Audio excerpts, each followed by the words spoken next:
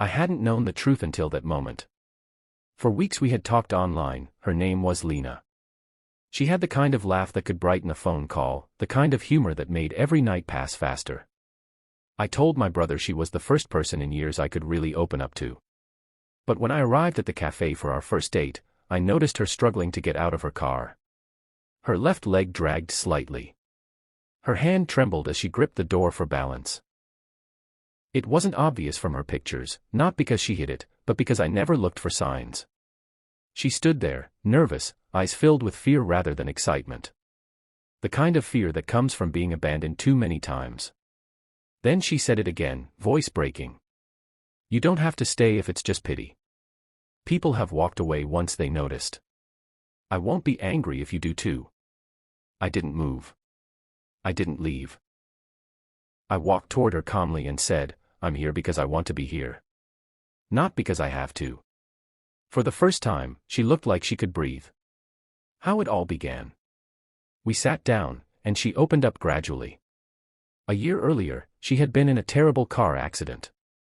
The crash damaged her spine, leaving parts of her left side partially paralyzed. She could walk, but with difficulty. She could move her arm, but pain and weakness were constant companions. Worst of all, her fiancé left her during her recovery. He told me love isn't charity, she whispered, staring down at her coffee. He said no one wants to spend the rest of his life with someone who needs help. From that day, every time someone showed interest in her, she wondered if it was kindness or pity, and she prepared herself to be abandoned before it hurt too much. That night, I didn't touch her out of sympathy or comfort. I just sat there and listened. Because maybe, listening is the first form of love people forget.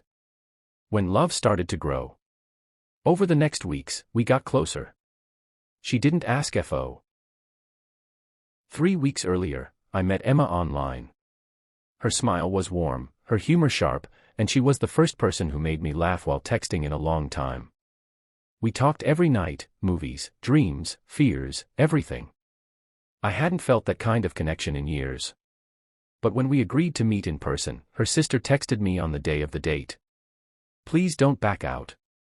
She's excited. She deserves someone to stay. I ignored the weird feeling and went anyway.